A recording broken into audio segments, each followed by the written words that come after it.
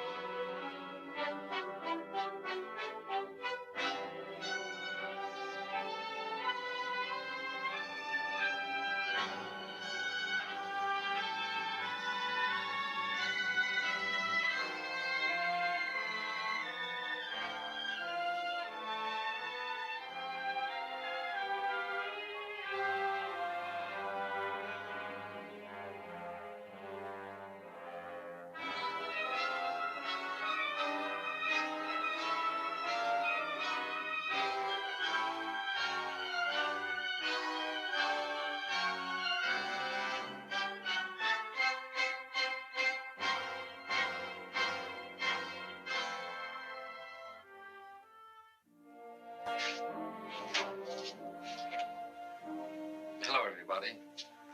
My name is Richard Conte. In the picture you're about to see, I play the part of Dr. Gilbert, an intern at Bellevue Hospital. With the permission of the city authorities, all the facilities of Bellevue Hospital, located in the heart of New York City, were made available to the film production crew. The story itself is completely fictional and did not actually happen in Bellevue Hospital or in New York City. During our stay at Bellevue, in making this picture, we saw the real Bellevue at work in its wards, its clinics, and research laboratories. And we came to know the unrivaled opportunities offered by this great teaching center to young students of all races, colors, and creeds in advancing in their chosen profession of medicine. On this same site will rise during the next 10 years the new buildings of Bellevue, already planned and begun. And they will form the world's greatest and most complete medical research and teaching center.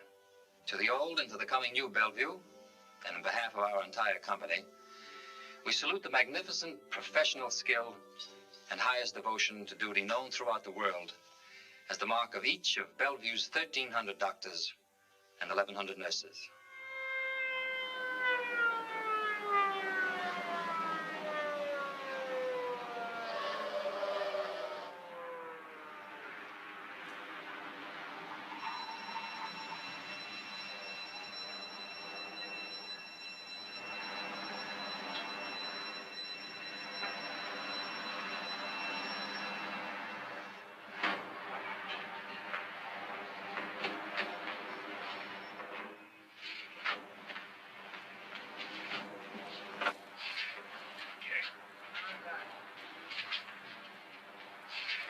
How is he, Doc? Breathing from memory.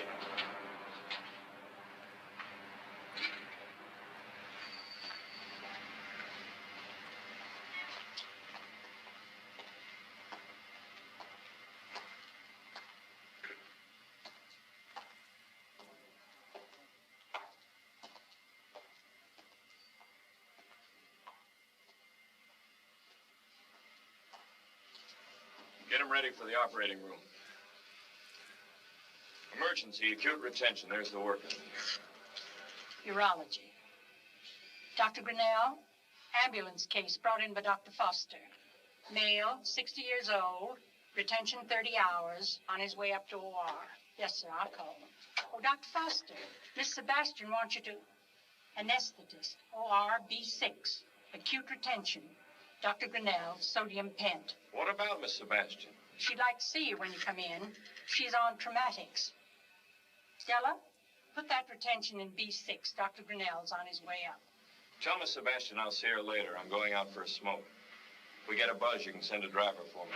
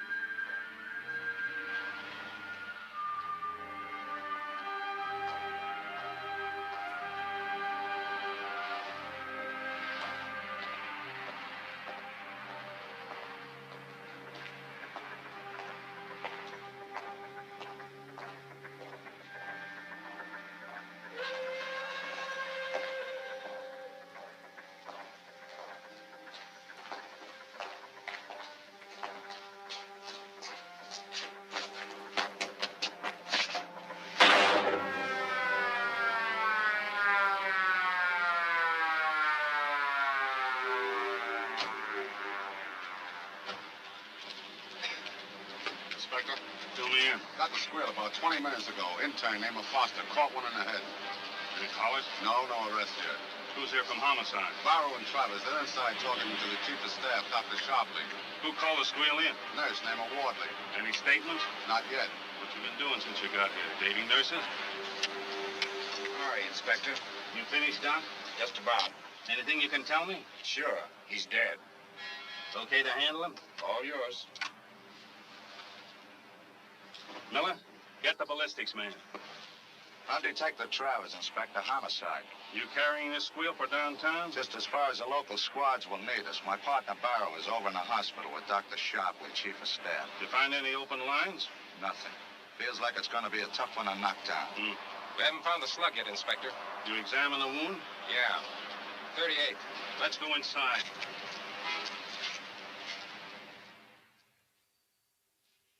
A call came in. The driver went out and found him. And then you called Dr. Sharpley? Yes, and Dr. Dutra and I examined him. But it wasn't necessary. Who's Dr. Dutra? Well, he was Foster's roommate. Where is he now? He had to go back to obstetrics. Will you please call him, Dr. Sharpley? Ask him to meet us in his room. Had Foster ever told you anything that might... No, sir. Nothing. This is Dr. Nothing Sharpley. at all. Ask Dr. Dutra to go to his room. It was just that when he came in, he seemed so tired. Worried? No, just tired, I guess. Then he started out, and I remembered to tell him that Miss Sebastian wanted to see him. But he said he just wanted to go out for a smoke. And that was... Thank you. You can go now, Miss Warner. You see, Inspector, it's just as I told this gentleman from homicide. I don't know what more anyone can tell you about Foster. He was a very bright young man. He was well-liked by everyone. I just can't imagine why... Who is Miss Sebastian? Sebastian, Ann Sebastian. She's a ward nurse, traumatics. Is she in the hospital now? Yes. Call her. Tell her to come to Foster's room, too. Sure, he had a gripe. All of us do, I guess. But for future and all that. How are we going to get into practice? Do we have to be hospital residents all our lives? Like griping about the food in the army? Maybe no more serious than that. The last few months, Foster seemed to... Well, I don't know. He was worried, jittery, bitter. Jumpy as a cat. Could hardly talk to him. Did you try? Sure, I tried, but it was impossible. Why did you bother? What? Well, I don't know. I never thought about why.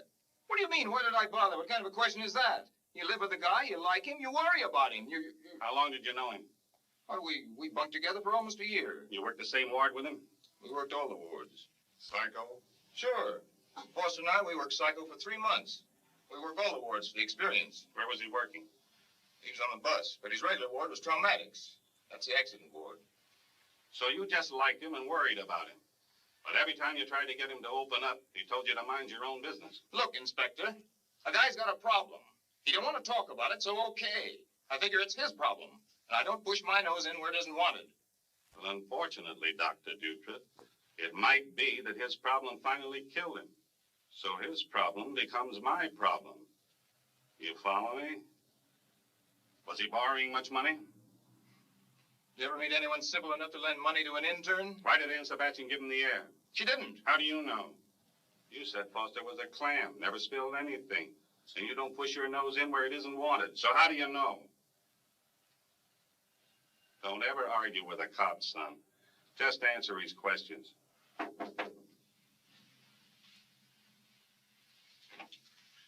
Please come in, Miss Sebastian. Thank you, Doctor. You can go back to work now. I'm Inspector Gordon. This is Lieutenant Miller. Would you like to sit down? I'm all right. You must forgive me for troubling you at this time. I know this has been a very terrible shock to you.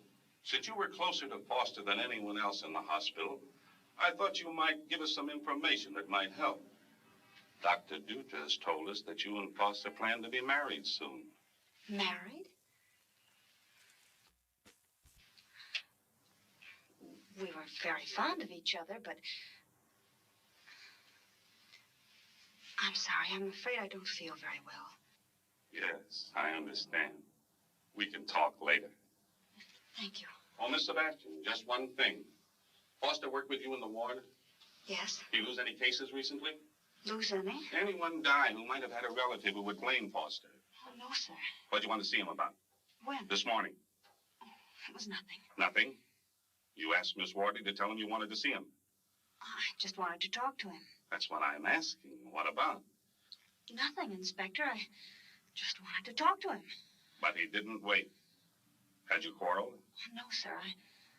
I was just worried about him. Why? Well, I don't know why. He was unhappy and depressed, and every time I tried to talk to him, why, he would... So much worrying going on about Foster without anybody knowing what was eating him. Do you have any idea who might have shot him? I wish I did. Thank you, Miss Sebastian. You can go now.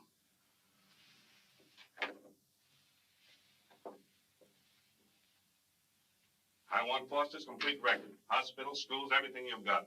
And I want to talk to all the nurses, doctors, interns, everybody you ever worked with. I can have his complete file and a list of names this afternoon. Thanks. Let's go.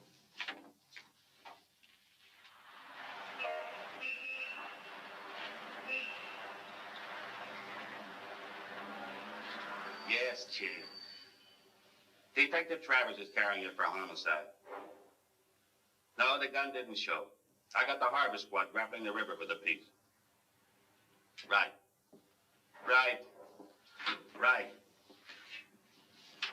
Any suspects? 4.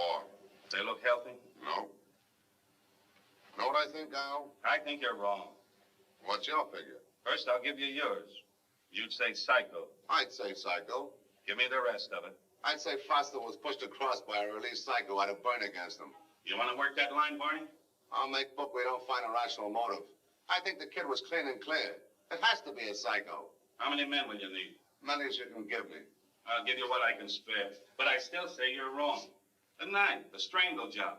That's my figure for a psycho. He needs a personal contact, the satisfaction of being right in there. Like in the Ronnie Gibbons case and a dozen others. We've had psychos who've used guns before. Sure, but they never deal just one in the head. Once they start, they can't stop pumping. Okay, Barney. You work that psycho line. Get rolling. Right, Chief.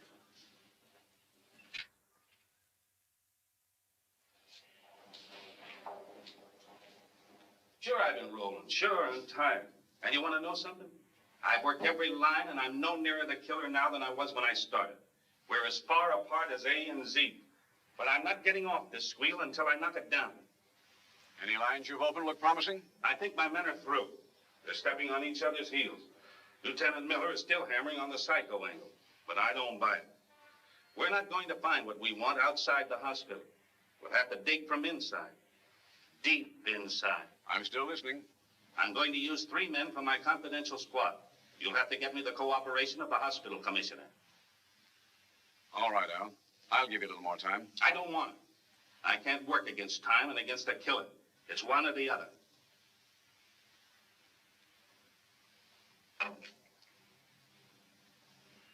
Get me the commissioner of hospitals. Of course we want to find Dr. Foster's killer. As hospital commissioner, I'm deeply concerned. But you must realize that you're asking me to help prepare fictitious records for 3 detectives. Put them into the hospital. One of them is an intern. Drastic, huh? Inspector, it is my duty to know a little more about these men. I'm not trying to hide anything from you, Dr. Holland. It's just that very few people know about the confidential squad. I think you can rely upon my discretion. Let me begin by explaining that every police inspector has a small group of men working under him, known as inspector's men. They're not attached to any one squad. They work wherever I may assign them in the district under my command. I call them in whenever my regular detective squads hit a dead end. I see. We try to keep their identity secret, even from all other squads. The 3 men I picked for this assignment are highly trained specialists. Detective Rowan, the man I'm sending in as an intern, has actually had 2 years of pre-med, served 3 years in the medical corps during the war. That will help considerably. For the past week, he's been in Los Angeles getting a make on his new background. We've got the complete cooperation of the LA police and the medical school of USC. He flew back this morning. We've even got a family out there for him. The address of a Los Angeles detective named Gilbert. That's the name Rowan will use. I haven't filled him in yet on the job. I figured to brief him here in your office with your help. Yes? Send him in, please. Inspector, Commissioner Holland, Detective Rowan. How do you do, sir? What is your name?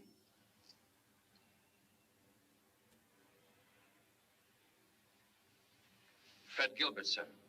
Where and when were you born? Los Angeles, California, June 15th, 1919. Do you maintain an address there now?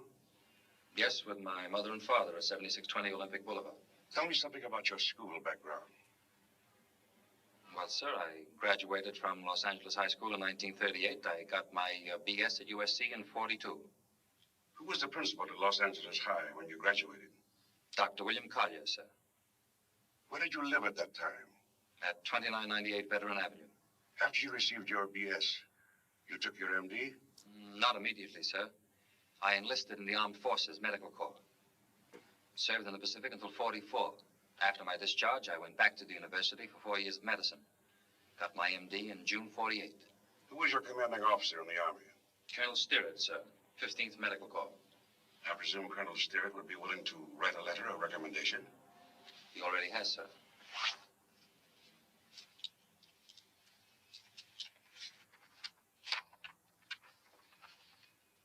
Colonel seems to think highly of you. What does your father do? I beg your pardon? What's the matter? Don't you know what your own man does? Oh, I'm sorry. I didn't hear the question. My father is an electrician employed by the motion picture companies. We didn't plug that, Inspector. Nobody's asked that question before. I'll get that squared away. Since you received your MD, have you had any practical experience? Yes, I worked as ship surgeon on the SS Honolulu. July 48 to February 49. My employment record is in the files of the Trans-Pacific Steamship Lines in San Diego. What would you do with a severe asthmatic? Sub-Q adrenaline. What would you do with a case of renal colic? Antispasmodic and sedation. Well, you'd fool me. Yes? Send them in, please. Commissioner Holland, Detectives Diamond and Reese. Hello, sir. How do you do? All right. Pull up chairs. We'll get to you as soon as we finish briefing Fred. Generally, your duties in the hospital will be fairly simple. Usual morning and night rounds, the writing of case histories. When you're making the rounds, you will be accompanied by the ward nurse, who in many cases knows more than the inexperienced intern. You won't go far wrong if you let her take the lead. But I must caution you, be constantly alert. Avoid conversations with doctors which might expose you. And above all, never permit yourself to be forced into a situation where you'll be required to do any extensive medical work. If such an emergency should occur, I'll rely upon you to call for capable assistance, even though it might mean exposing yourself. I understand, sir. And here is all your necessary identification, Fred. Study every card, every word. Be on your toes. Once I'm inside, is there a specific line you want me to follow? The commissioner is going to start you in the traumatics ward. The nurse on that ward is named Ann Sebastian. There was some kind of thing between her and Foster. Maybe she knows something, maybe she doesn't. Stay close to her. You'll keep me informed through Lou and Jim. When a meeting is necessary, we'll arrange it through them. That's about all for now. This is your application. Study it. I'll help you fill it out.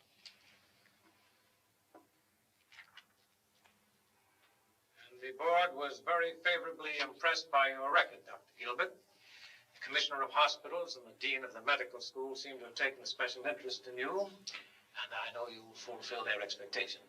Now, you've been granted a one-year internship, and you'll start in traumatics. Your salary will be $50 a month, and you'll live here at the hospital. And you report tomorrow morning at 10 o'clock in the auditorium. And good luck.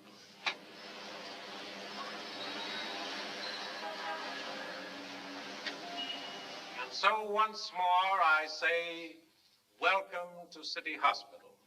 And once more I take this opportunity to emphasize that we expect of every member of the staff complete singleness of purpose in dedicating themselves to a life of service. Dr. Canal, a resident, will now conduct you on an indoctrination tour of the hospital. You should make every effort to acquaint yourself with the physical aspect, the general routine, and the paperwork which will be expected of you. This is to be regarded, of course, as a preliminary tour. Later on, you will be made thoroughly conversant with the workings of the particular ward to which you will be assigned. And now, gentlemen, I present Dr. Alex Conte.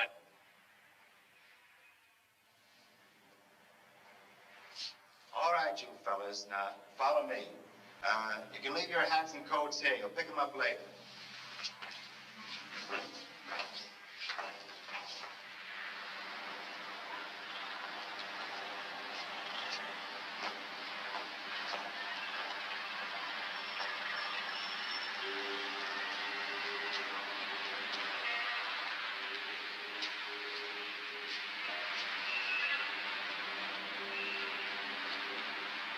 We'll start with the skyline. Now take a good look. The last you'll see of it for a long time. Now you'll get the hang of things as you go along. Just don't try to be an eager beaver and you'll get by.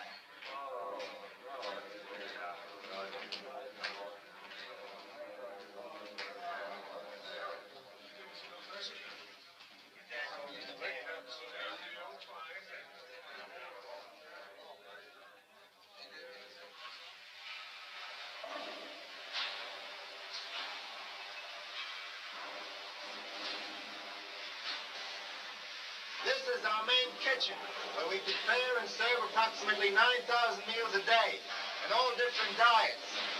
Anybody hungry? Come on.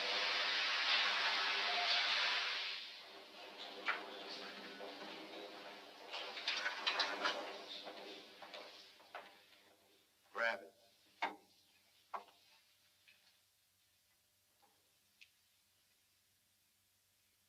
Now, this is one of 3 chapels we have here, available for our use at any time. Let's go upstairs.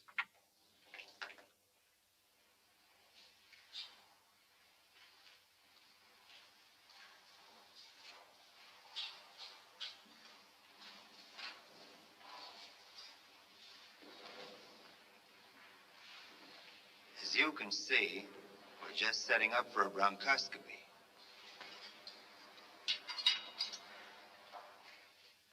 On rounds, make sure you enter every observation on the patient's chart. Now, if you write an order for the ward nurse to administer something to the patient, no matter what it is, anything from sedatives to a glass of water, it must be entered on the chart. Now, don't be too quick to write an RX. That's a prescription, fellas. Especially sedation. Now, rely on your ward nurse. Happy is the intern with an experienced ward nurse. He's bound to be a great success, especially if he knows enough to keep his mouth shut and his ears open. Well, this, my friends, is traumatics, as any fool can plainly see. Now, who's starting in traumatics? I am, Doctor. Ah, you should be a very happy intern. You've got an experienced ward nurse. And, I mean experienced. Come on. And this is Dr. Gilbert, Fred Gilbert. Yes, Nurse Sebastian. How do you do, Doctor? Miss Sebastian. Dr. Gilbert is assigned to traumatics. You'll help break him in. I mean, the routine, of course. Yes, of course. Thank you. Well, be plenty of time for that later. Still have to get your room assigned and pick up your uniform, and there are 3 more floors to go, and my feet are killing me. Now, I've given you this advice free, just out of the goodness of my heart. It cost me 4 years to learn it for myself. Well, all this babe wanted to do was to eat. Eat, eat, eat. Brother, could she show her the way?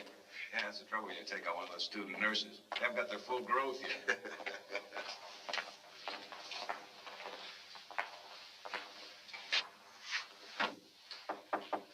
Doors open.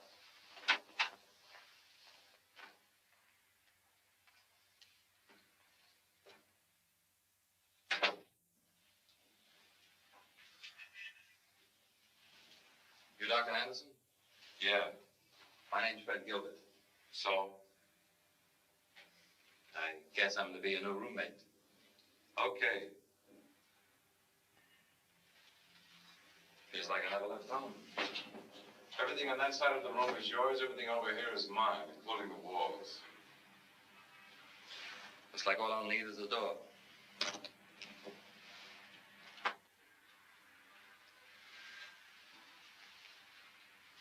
My name is Steve. You're for dramatics, aren't you? Yes. So am I. I've been on night rounds, but the shift is just changing. I think you'll have a gal named Ann Sebastian for ward nurse. I just met her. Out of school long? About a year. Spent some time with the Trans-Pacific Lines. Which school? University of Southern California. Well, we've got a man from there. What's his name? Nestor. Class of 46, I think. 2 years before me. How long you been here? Too long. I'm eligible to become a resident if I like. If I like.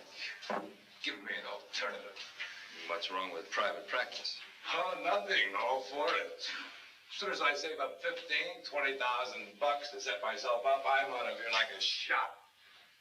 Shouldn't take me more than another 30 years to save that out of my 50 big ones a month. Maybe if you cut out cigarettes, you'll be able to make it in 29 years. Of course, we can always marry the daughter of a coal tycoon. All kinds of tycoons floating around who'd like to have a nice, clean-thinking young doctor for a son-in-law. So where's your problem? Right here. Oh, I see. Guys like us can't afford the luxury of falling in love. Not unless you were sired by some kind of a tycoon. Even a minor league tycoon would do. What's she like? Just a girl. She's a student nurse. You'll probably meet her. Name's Kathy Hall. Hasn't got a dime. Well, you never can tell what'll happen. Maybe some rich charity patient will leave you $1 million for saving his life. Or you might be walking down the street one day and get shot in the head like, what's his name? Foster? Yeah, what happened there? Some nut gun. The police get anywhere with it? Police? Great for writing parking tickets. So you figure a psycho got him, huh? Wouldn't be surprised if Foster paid him to do it. This may feel a little warm to you, but don't move your leg until the plaster is settled. Just relax. Yes, Doctor.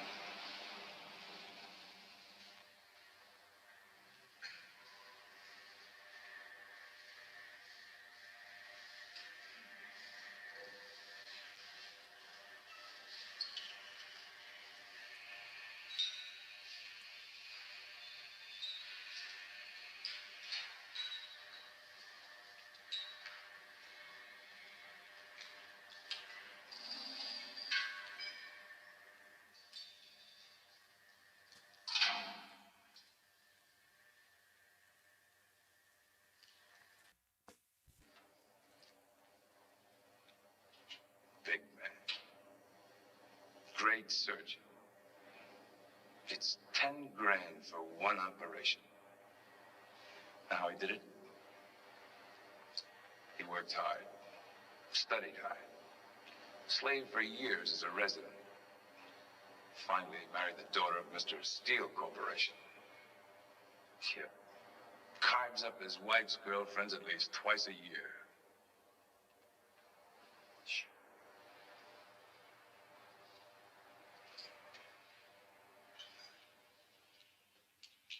Hiya, Pop. What's good at Saratoga? The water. Haven't had a winter in 2 weeks. You don't live right. Anybody see Anderson? Going on 24-hour relief. Horse in the pit tomorrow, named Andy's son. Handicappers figure him 30 to 1. But I don't know, Andy's son. Made me think of Anderson. Just talking to him today.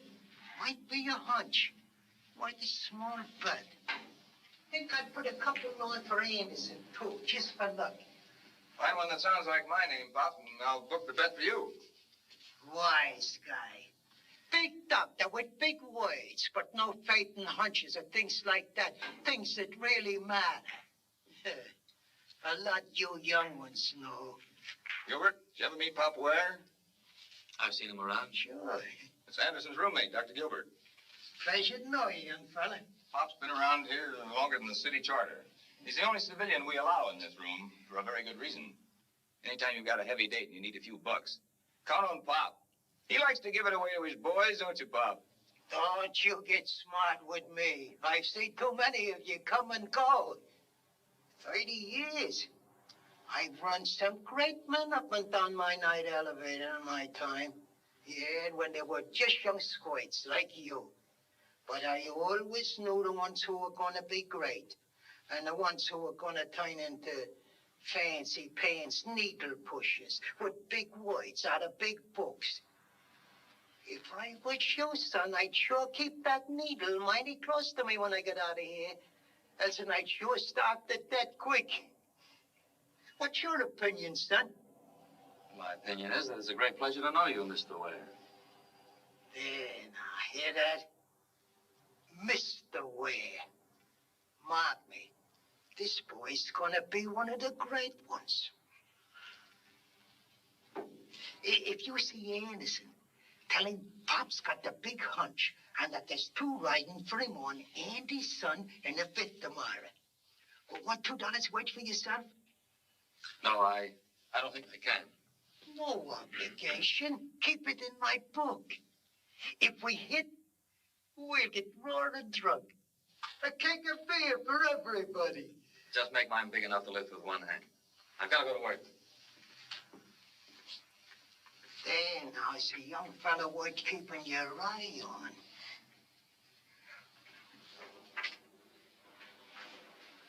Hey, Gilbert. Hey, you're a tough citizen to catch up with. I hear you're from USC. You must be Nestor. That's right. I'm glad to have seen you. Look, I'm on rounds. I'll catch up with you later, huh? Yeah, sure.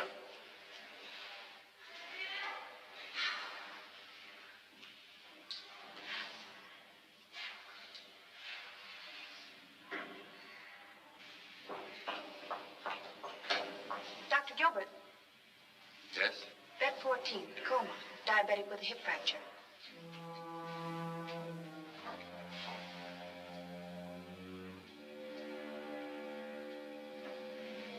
Never mind.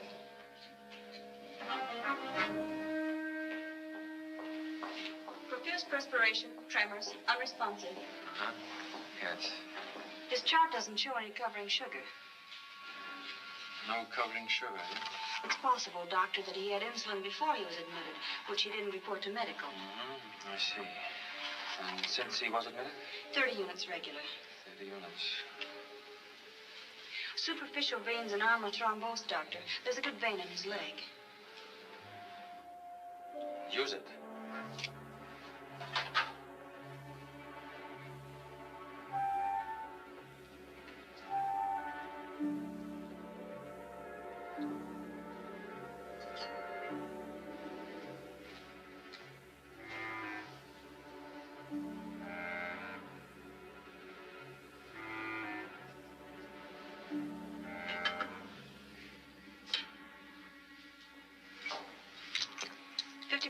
Glucose ready, doctor. Yes.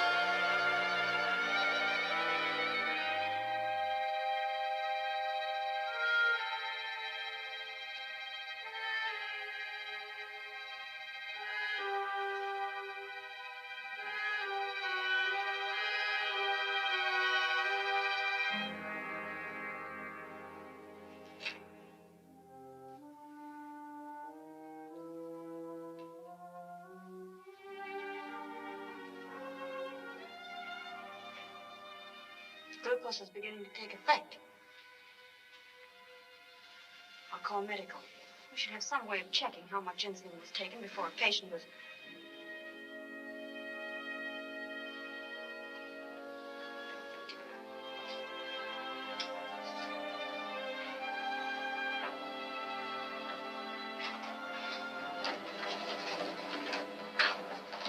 just that insulin shock, Doctor. How did you know it was an insulin shock? Diabetic coma, temps abnormal, skin clammy, no. So what else could it be? Yeah. What else could it be?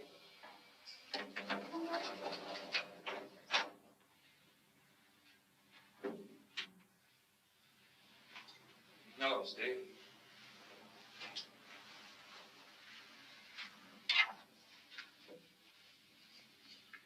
Going on Liberty? 24 hours. Kathy, too? Yeah. Oh, that's handy. Great.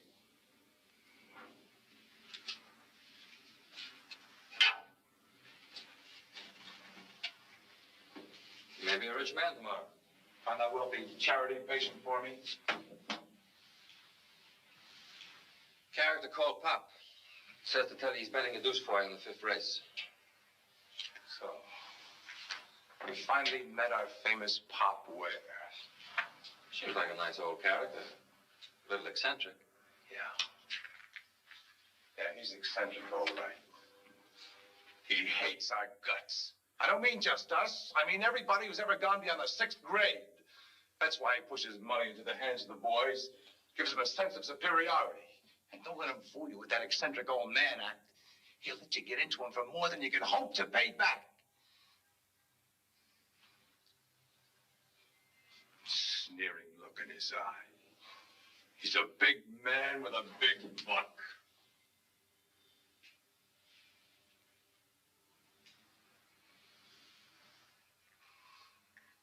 What is it, Steve?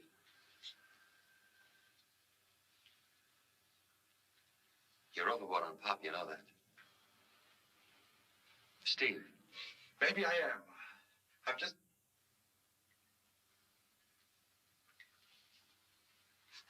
Look at that.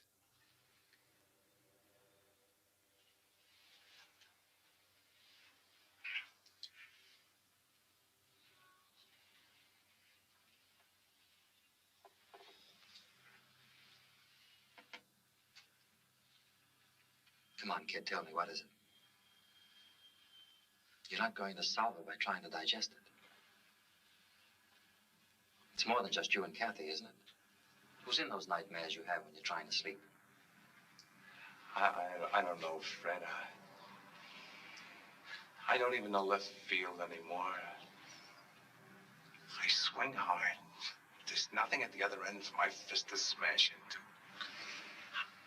I'm worn out swinging at air. Look, Steve, you're beginning to hate everybody who has $1 more than you. Even a broken-down old character with elevator bells in his head. It started with him, but your hate won't stop there. So what am I supposed to do about it? Marry Kathy now. Money or no money, marry her before you ruin your life and hers. Great. Swami Gilbert has all the answers. Marry Kathy and settle down to a fine and beautiful life. Set up home in a hospital and raise a large family of cute little sickos.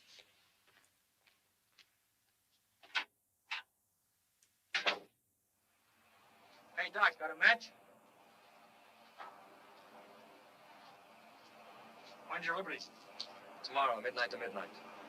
Boss wants you. East River Park, south of the Williamsburg Bridge. Be there, 1 a.m.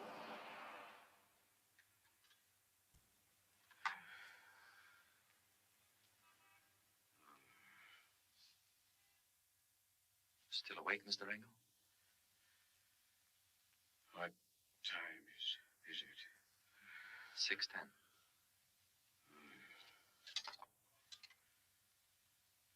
Can't sleep. Pain. Your leg's coming along fine. All bones. It's a muscular spasm that's bothering you. We want that bone to set just right.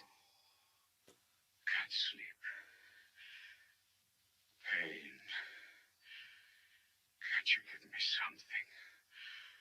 Something.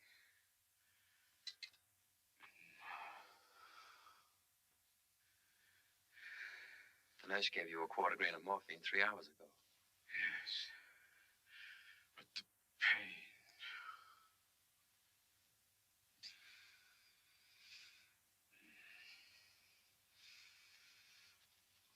wouldn't be fair to your heart to narcotize you any further. Just try to relax. Yes. You'll be asleep soon. Yes. Relax and you'll drift right off. Yes.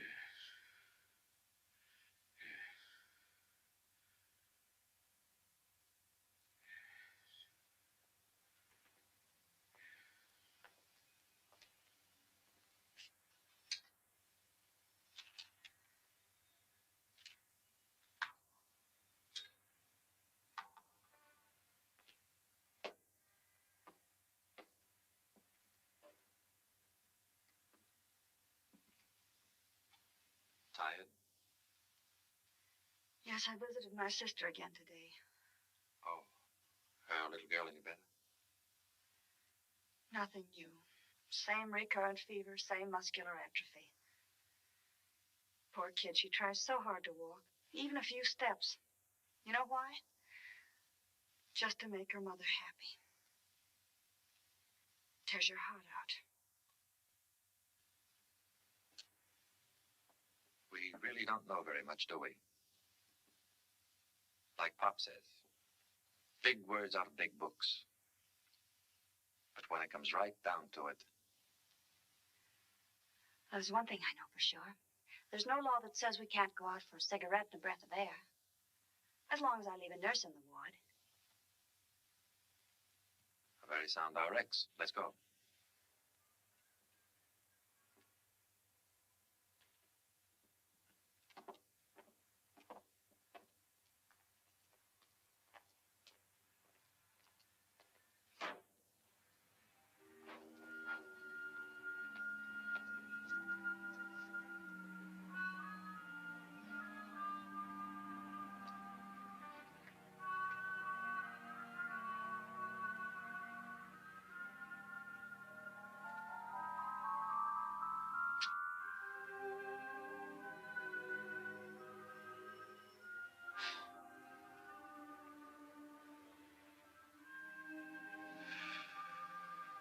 Blemishes are hid by night, and every fault forgiven. The world should live by night. Dark draws people together. They can feel the need for each other. But the world gives the night to the sick, keeps for itself daylight that lets men look into faces filled with fear and hatred.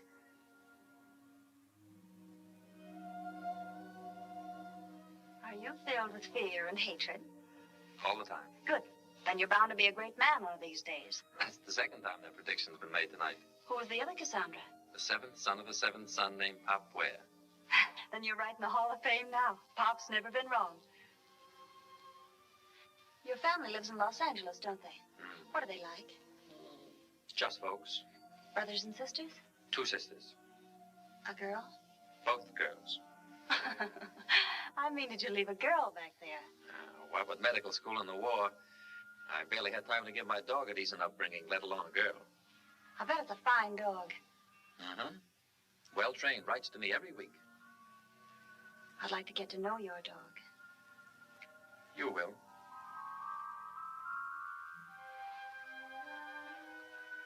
Did you know I'd been married once? Hmm. Well, I was. He left me with 2 things. Debts and beautiful memories. I found it wasn't too tough to pay off the debts and forget them. But... Still carrying the torch for him? No, Fred, not for him. Maybe for what might have been, but not for him. And? There's no law that says we can't go out for a cigarette. There's no law that says we can. We better get back. Sure.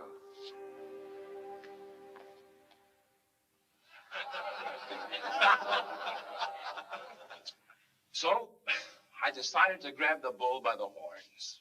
Of course, from this could come all kinds of lacerations. But people are always grabbing bulls by the horn. Yes, sir, I made up my... Just in time, my friend. Now hear this.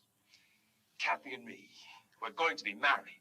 But right now, first chance we get at the crack of dawn before that bull gets away. Hey, I know. I see, Steve. I'm glad to hear it, Steve. Smartest thing you could do. You think that's smart? Well, hear this. But I swear in you all to secrecy by the blood of Esculapius, if one word of this reaches Kathy before we're married, I promise to incise your collective throat with my own little scalpel. Even though I've already promised myself that my little scalpel has tasted blood for the last time. And that's the big news of my life, my friend. I'm through. Through with scalpels, retractors, speculums, and that stinking food downstairs. You mean through at the hospital? No, my bosom buddy. I mean, I'm through with medicine. Through, finished, kaput. I'm turning into suture for a future. For a decent, normal life with Kathy. I've got me a job as far from medicine as you can get.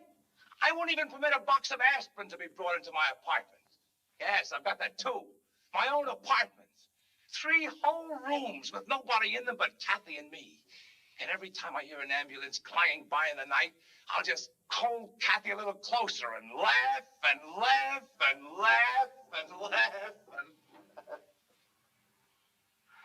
Steve, listen to me. You don't know what you're doing. This is suicide. You can't quit medicine. It's your whole life. Exactly the point. My life. And Kathy and I can't wait another 20 years to live it. We haven't got the time. Look, Steve, I want you to report sick. Go to the room and wait there for me. I'll be back as soon as I can. Keep an eye on him, will you? Sure.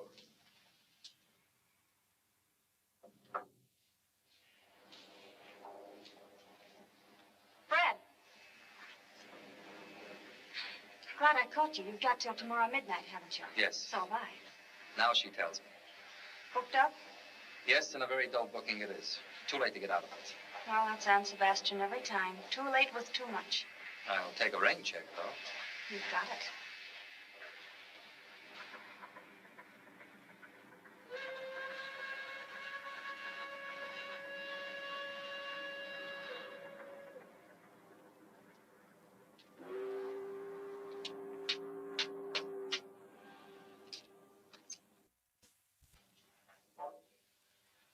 Anybody talking in the Foster job, like the Sebastian girl? No. But I thought they were. Yeah, well, maybe that's why. Anything else? I'm not sure. I'm afraid to press. Where would you push if you were sure? Well, I'm bunked in with a kid named Anderson. Spent all his life making ready to be a doctor. Tonight he blew his top. Says he's quitting medicine. What's his beat? No money. He's got a girl, wants to marry her. Hasn't a prayer of getting into private practice. What's your figure? There's something in his gut. More than he's talked about. He's loaded with hate. The kid splinter suddenly? During the last few weeks. Since the Foster job. Yeah, as far as I can tell. You think it's more than his girl? Well, I figured her for the beginning. But there's something else piled on. But right now, the kid is desperate. A frightened rabbit running away. And you don't run away from your life work unless... Unless what? I don't know. I'm just winging in the breeze. I've got a hunch we should pick him up. No. No, if there is a score there, I might be able to get him to open up. But if you pressure him and he doesn't crack, I'm through. Okay, we'll play it your way. But stay close to him. All right. Fred. Yeah. You think Anderson might have pushed Foster across? I don't know.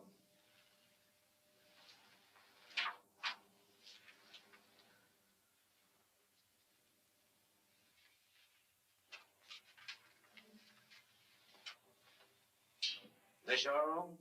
Yes. I'm Lieutenant Lally, 13th Detective Squad. This is Detective Abadi. Well, you're on liberty till tomorrow night. Why are you back? I live here. No place else to go, so... Well, what's happened? Well, we're not quite sure yet, Dr. Gilbert. Is that your name? Yes, Fred Gilbert. You were Anderson's roommate. Where? Anderson's dead.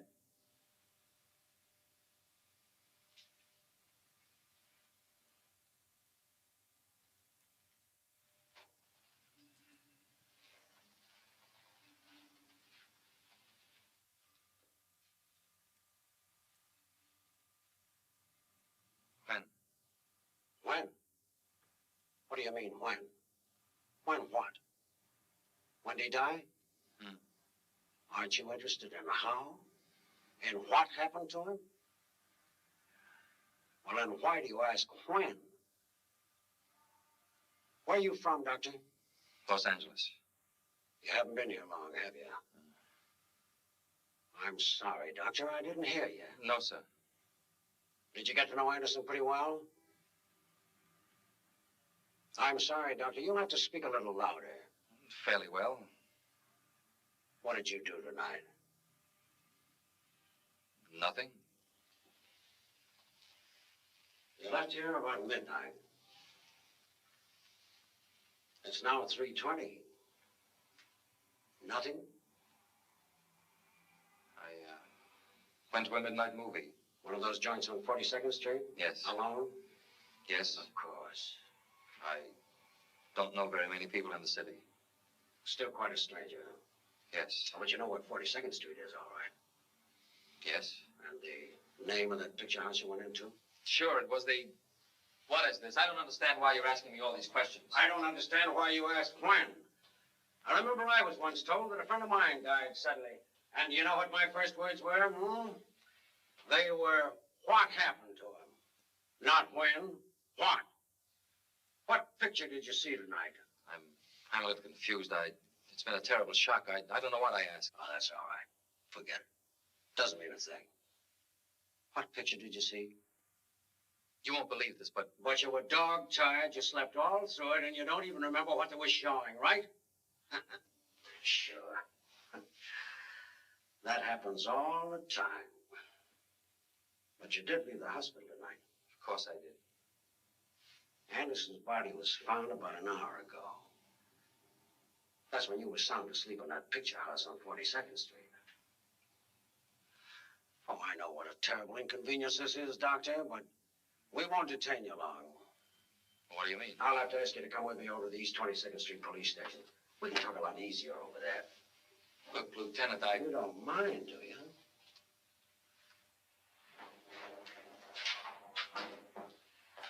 Questioning the Anderson case.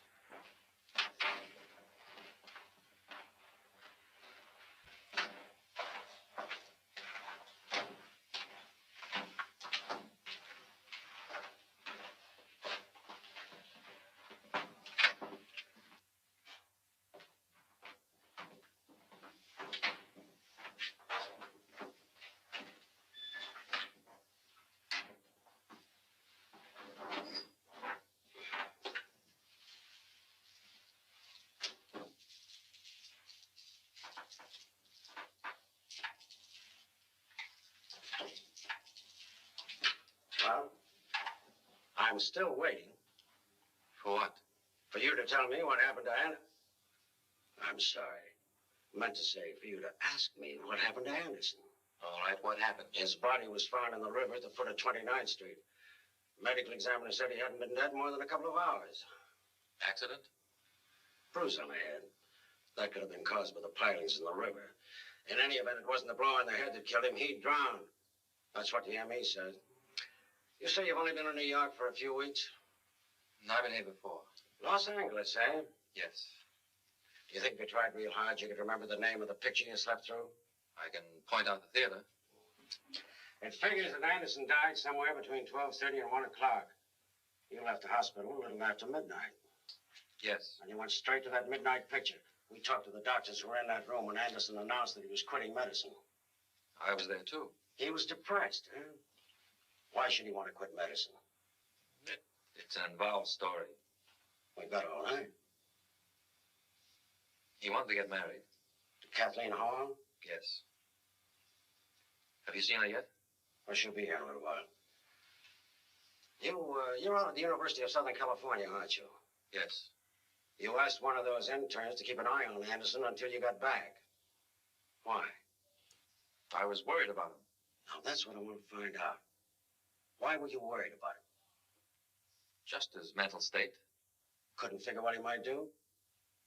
I was just worried. I might say. Say? What do you mean? What year? 48. What does that mean? The year I got out of school. Did I ask you what year you got out of school? Well, you just You said... think pretty fast, don't you, Doctor? All right, Lieutenant, get to the point. Stop trying to show me how clever you are. No, Doctor. That's no way to talk to the lieutenant. Well, I'm tired. Ask your questions and let me go to bed. You're a pretty nervous young man. Maybe you ought to see a doctor. Miss Hall, Lieutenant. Sorry we had to bring you here at this terrible time. It's all in there. It was slipped under Miss Hall's door. It was slid under the counter. Just turned up.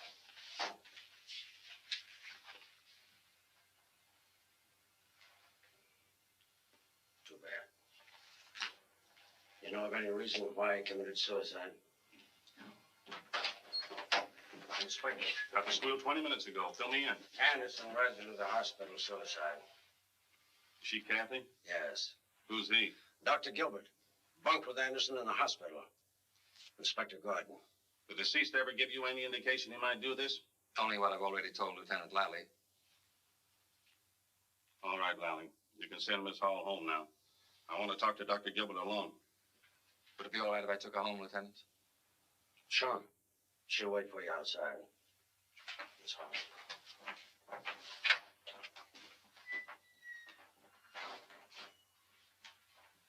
I didn't get here any too soon.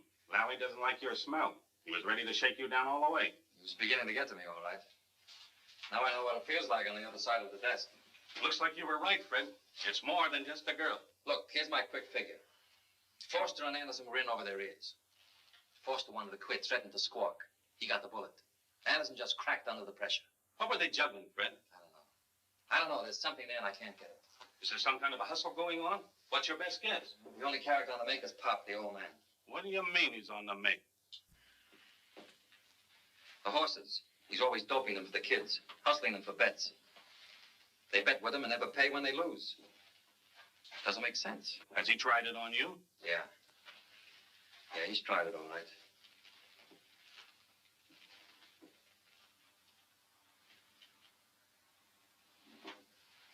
You know, I think I'll get hungry for a buck. Let him get me hooked and see what the play is.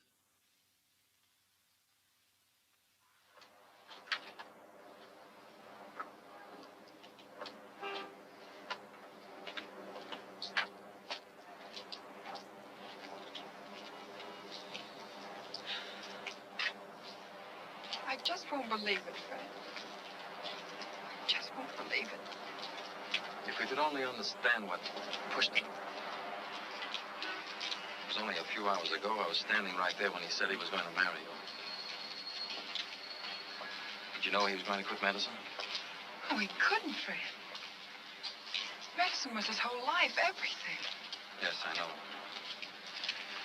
Was there something else worrying him apart from the hospital and your personal problem? I don't know. Had he ever given you any indication that he was fouled up in something that had gotten beyond him? He never confided in me. Never anything of any real importance. The guy has to talk to somebody. Was there anyone at the hospital that he had confidence in? No, you know how he was, Fred. Never really friendly with anybody. There was just one person he would spend some time with. Who? Bill Foster.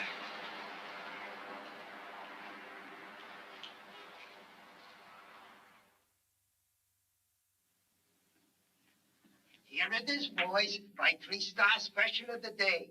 Rollo and the third at Pimlico. Any takers? We 4 across the board. Dr. Gilbert, 4 across. That's $12. You're on.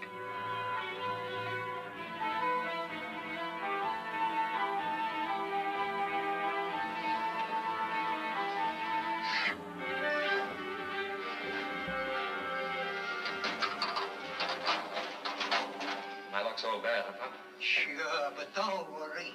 Here, this one will get you even. Put the 10th spot on his nose. Barrel-headed Jamaican. Well, I'll try it once more.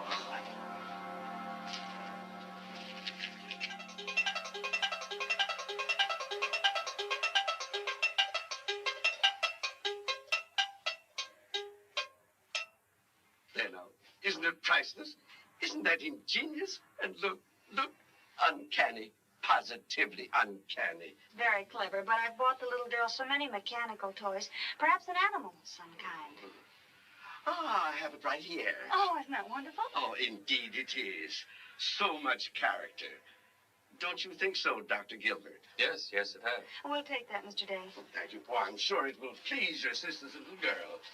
That will be $5.95, including the tax.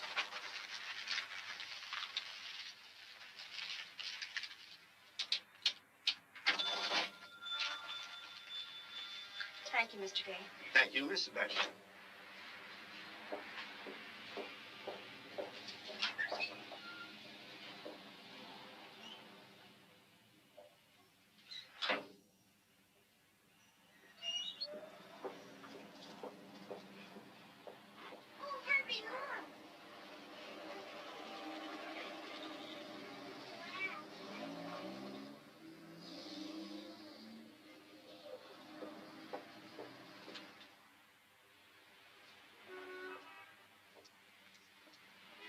Denise really got a big kick out of that giraffe. Yeah, she did seem a little bit better today. I'll see you at dinner. Right. Oops.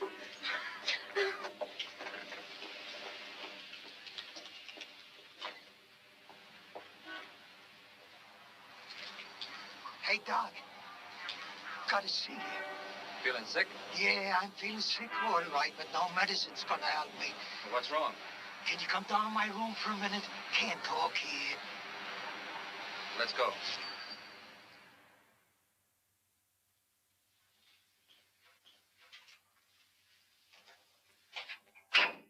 Doc, I'm in trouble. What kind of trouble? Big trouble, the worst kind of trouble. Money trouble. Doc, you know I never pressure, but I gotta have it right now. How much? $143, that's what you owe me. 143. Yes, but how much do you need?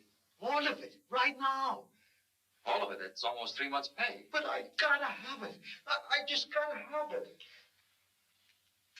That bad, huh? Boys, it's my neck, I tell you. Well, what happened? For the last 10 days, I haven't had one winner. Not one. I lost more than I can get up. And the bookie don't want to wait no more.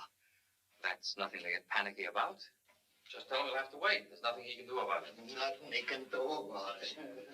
All he can do is send his boys to take care of me. See that I'm tucked away nice in some alley. Has he threatened you? Threaten me? I'd settle right now for a simple fractured skull. Why don't you go to the police? The police, sure. I can just see them. Very happy to supply an armed guard night and day for the distinguished Pop Ware. And if I do cry cop, and they pick up this bookie, where am I? The boys outside will take care of me in spades. Have you asked any of the other boys for the money they owe you? Not a prayer. They're strapped. This bookie, Pop. He's just trying to scare you. He wouldn't dare do anything to you. No? What do you think happened to Foster and Anderson?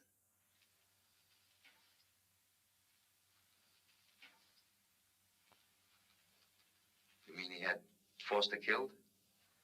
And he drove Anderson to suicide? All I know is they bet with him on their own.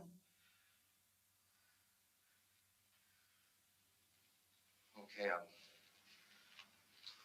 I'll try to raise the money for you. I don't think I can, but I'll try. Wait for me. I'll make some calls. Me? I ain't even going out of this hole till you get back. And I left him there with the shakes down in the basement. He's a frightened little man. Call the boss and have him round up all the bookies in the precinct. Right away. And I'll keep pushing the old guy. Well? No dice, Pop. You know what this means for me, Freddie. I tried, but what can I do? It's all right, Doc. You tried. I know you tried. Ain't your fault.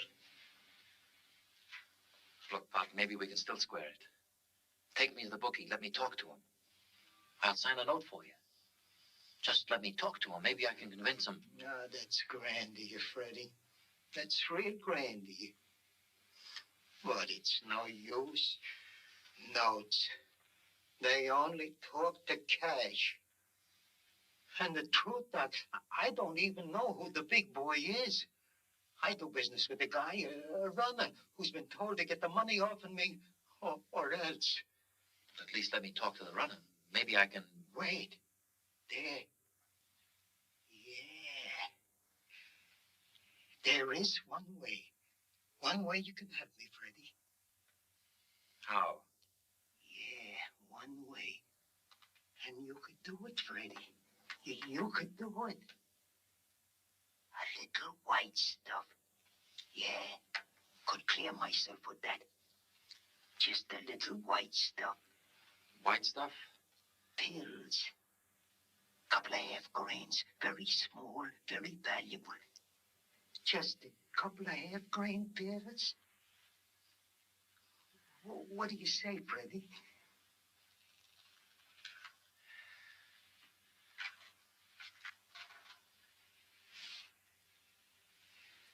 What do you say?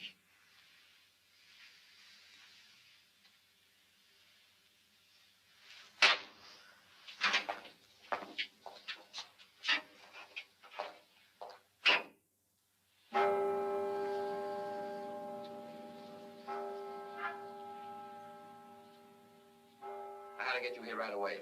There's no bookie, it's narcotics. That's how we hooked the kids. Foster couldn't take anymore, so they took him. Anderson wanted to run away, quit medicine, anything to get away from it. I think you're right. Well, do I deliver and make the arrest? No.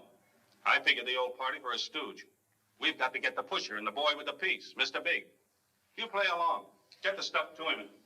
How do you get your hands on him? Well, all I have to do is write the RX, give it to the ward nurse, and she'd...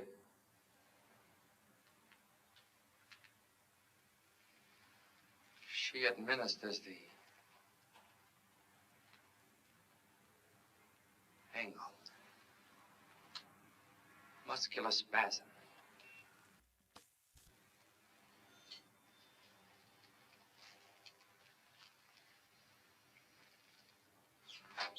You mean you have to work through the ward nurse? She can hold the stuff up. Without her cooperating, what's the matter? Nothing. Well, pay attention when I talk to you. Getting soft in your old age? Yeah, I guess I am. That's how she hooked Foster and Anderson. And I thought she was leveling with me. Make up your mind she's hooked into this. She's all set up for you. Follow me? Yes, I follow you. You got me worried. I'm worried about you. Well, I'm all right. I'll notify narcotics it's turned into a white stuff job. You go right on down the line like the other kids. Let them hustle you and keep delivering. Okay.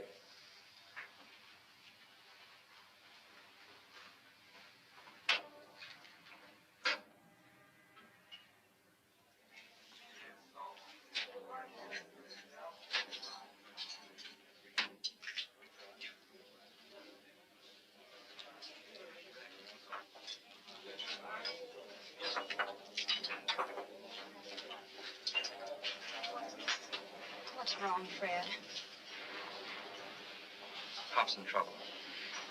What is it? I don't want to talk about it. Fred, please, is it serious?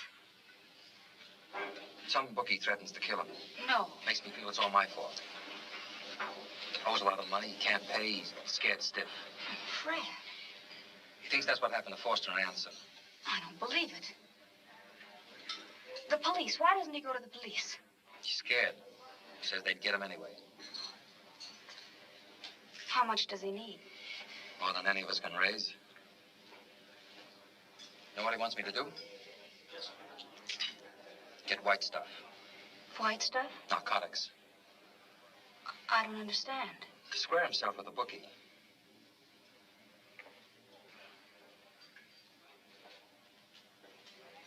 Then that's the way we must do it. Are you crazy? Are you out of your mind? You don't know the city like I do, Fred. Of course they'll kill him. Police or no police. Don't we see them right in our own morgue? You can stay out of it, Fred, but I'll do what I can. Man, it's no good.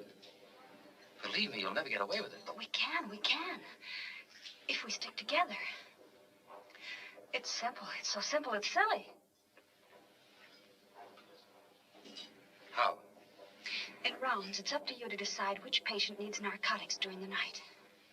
But the order I write goes to the nurse who's in charge of the narcotic cabinet. The stuff is sent to me, isn't it? I'm responsible for administering it and entering the dose on the patient's chart. In the morning rounds, the doctor can tell if the patient's been narcotized. The patient will be narcotized. I give him phenobarb. In the morning, it's impossible to tell the difference. Give the patient phenobarb. Don't you see? There's no record kept of that. Darling, we must. It's so easy to help him just this once. All you have to do is write out the RX. No narcotics missing or stolen. Everything's in order. I've got to think about it. I've got to have time to think about it.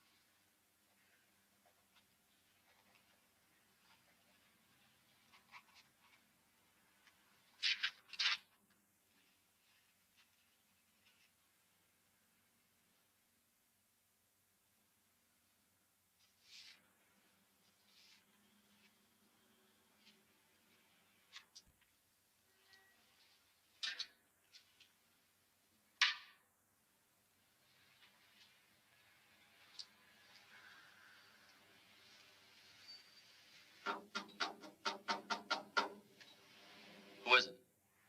It's Pop. Come in.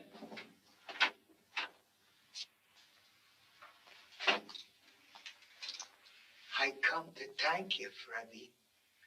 You saved my life. Forget it. I gave the stuff to the bookie. Yeah, it sure saved my life, Freddie. Forget it. Yeah, forget it. But it ain't that easy. What do you mean? I gotta have more. I don't blame you for getting upset. I got upset, too, when this bookie, he says to me, Pop, I like the quality of this merchandise. I can make 5 out of 1 at a very fancy price. You see, Doc, he wants more of the same. Get up. I'm really very sorry about all this, Doc. I got you into it, and I couldn't like you more if you were my own son. But you think it all out. I know you'll do the right thing for me, for yourself, for Miss Sebastian. She'd be very unhappy in jail.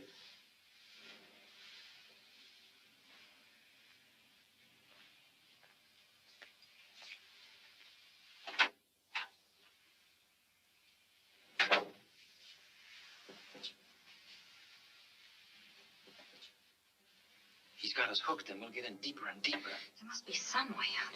We've got to think. Plan some way. Plan what? What can we do? Fred, if he goes to the police, there's no choice for us. We have to figure some way out for ourselves. But we need time. How do we get the time? Only one way. We have to play along with Pop.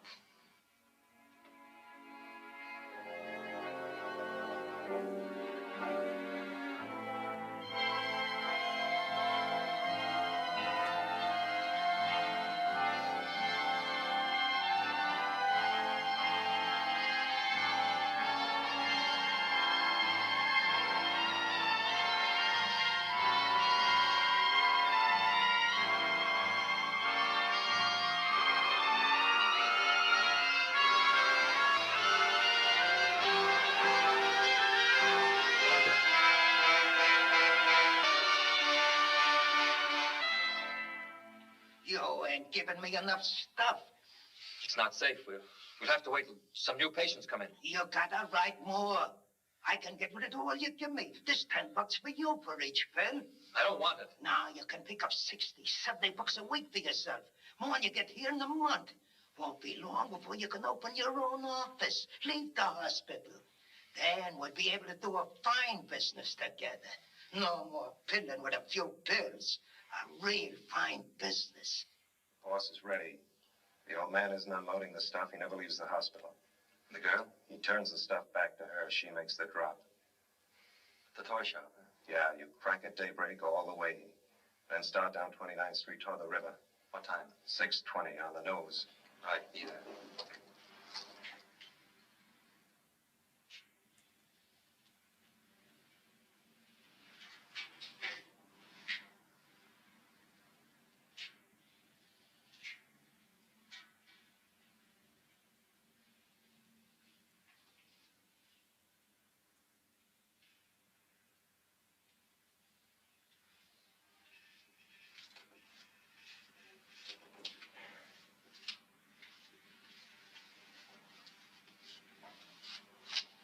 Wait.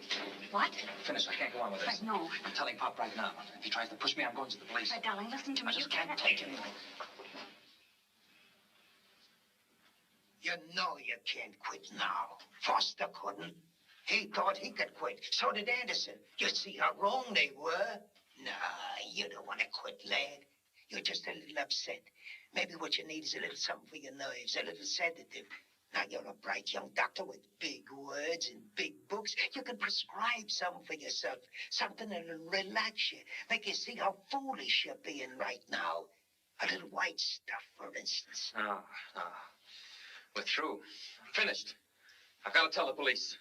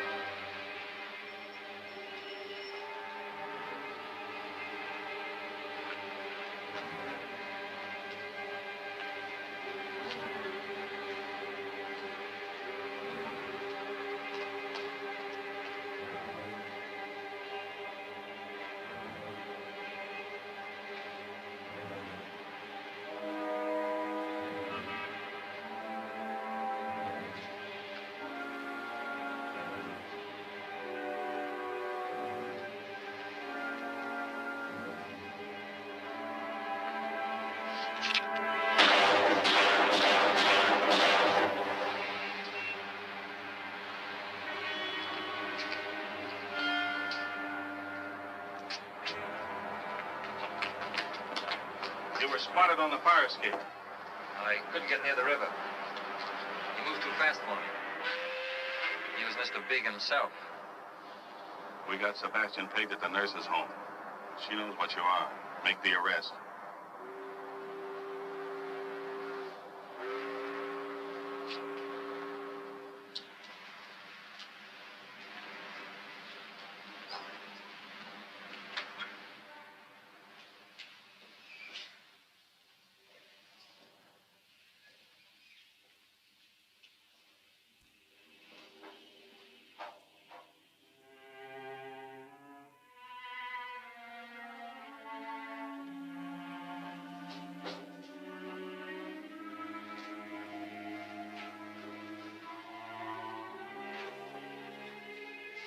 I didn't know. What I really was? Pop, what he'd been doing. You're not making sense. Believe me.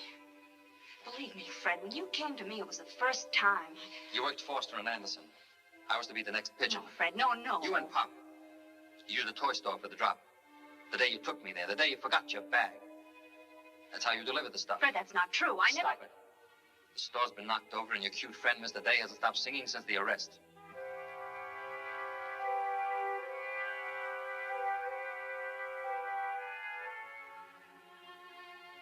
All right, Fred. That's the way it was. I couldn't help myself. Why? Why couldn't you? I needed the money. Foster and Anderson, and you needed the money. Not for me, not for myself. For the kid. Help pay for treatments, help her walk again. By that time, I was in so deep I couldn't get out. I had to go on. Let's go. Fred, you can't. You can't. No matter what's happened, no matter what I've done. Tell me you didn't care for me. Tell me you felt nothing for me, even for a little while. Oh, darling.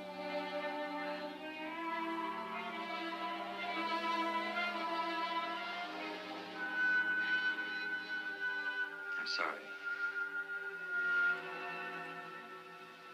You're under arrest.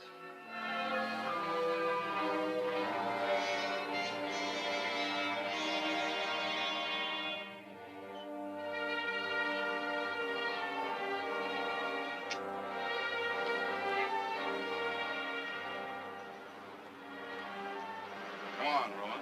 No, you go ahead.